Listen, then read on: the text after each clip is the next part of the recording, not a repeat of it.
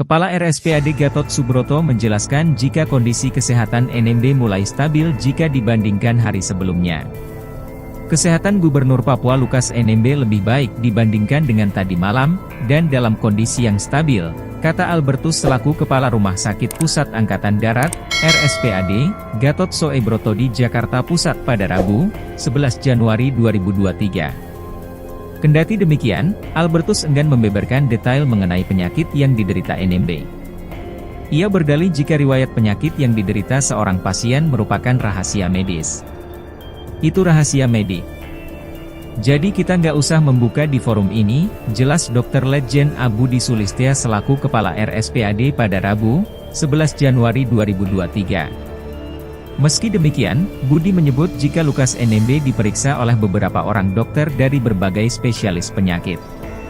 Yang jelas ada dokter penyakit dalam, konsultan ginjal dan hipertensi, dokter jantung dan juga dokter saraf. Minimal itu, paparnya. Budi menyebut para dokter itu akan menjaga Lukas selama 24 jam. Yang merawatkan ada 24 jam, jelasnya. Dalam kasus ini, Lukas akan ditahan selama 20 hari terhitung mulai 11 Januari sampai 30 Januari 2023 di Rumah Tahanan, Rutan, KPK Pom Dam Jaya Guntur. Gubernur Papua Lukas NMB mengacungkan kedua jempol hingga memamerkan borgol yang mengikat kedua tangannya. Hal ini ia lakukan saat dibawa petugas Komisi Pemberantasan Korupsi, KPK, menuju dan meninggalkan ruang konferensi pers terkait penahanan terhadap dirinya.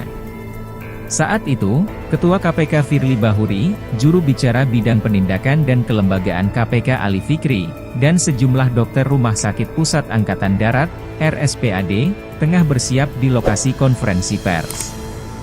Lukas kemudian dibawa masuk. Ia duduk di kursi roda, mengenakan pakaian pasien, serta rompi oranye bertuliskan, tahanan KPK. Kursi roda didorong dengan pelan-pelan. Sementara itu, puluhan awak media memotret Lukas. Politikus Partai Demokrat ini kemudian tampak seperti melambaikan kedua tangan sekaligus, memerkan borgol logam yang mengikat tangannya ke kamera sambil menengadahkan tangan, naik dan turun.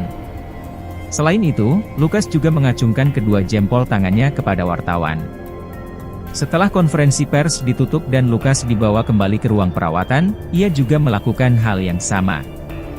Kedua tangannya diangkat dan digerakkan seakan menunjukkan dirinya tengah diborgol. Tidak terdengar satupun kata yang keluar dari mulut Lukas. Ia kemudian dibawa petugas masuk ke dalam lift. Sebelumnya, Lukas ditangkap di salah satu rumah makan di distrik Abepura, Jayapura, Papua pada Selasa, 10 Januari 2023, siang waktu setempat. Saat itu, ia baru menyantap papeda dan kuah ikan bersama keluarga dari kampungnya di Tolikara, seorang ajudan, dan sopirnya. Lukas kemudian diamankan di Makobrimob Kota Raja. Tidak berselang lama, politikus Partai Demokrat itu dibawa ke Bandara Sentani, Kabupaten Jayapura. Dikawal Komandan Satuan, Dansat, Brimob dan Irwasda Polda Papua, Lukas diangkut ke Manado menggunakan maskapai Trigana Air untuk transit. Ia kemudian dibawa ke Jakarta melalui jalur udara. Setibanya di Jakarta, Lukas menjalani pemeriksaan di Rumah Sakit Angkatan Darat, RSPAD, Gatot Subroto. Setelah beberapa jam pemeriksaan, dokter RSPAD memutuskan Lukas harus menjalani perawatan. Tim dokter RSPAD menyimpulkan, bahwa terhadap tersangka Lukas NMB diperlukan perawatan sementara di RSPAD, kata Ketua KPK Firly Bahuri dalam jumpa pers di RSPAD, Selasa, 10 Januari 2023, malam. Keputusan itu diambil setelah dokter melakukan wawancara keluhan terhadap Lukas.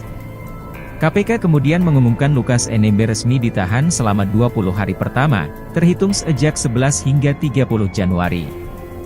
Sedianya, ia akan mendekam di rumah tahanan KPK pada Pom Dam Jaya Guntur. Namun, karena kondisi kesehatan, KPK membantarkan Lukas hingga kondisi kesehatannya membaik. Saat ini, Lukas menjalani perawatan di Pavilion Kartika, RSPAD Gatot Subroto.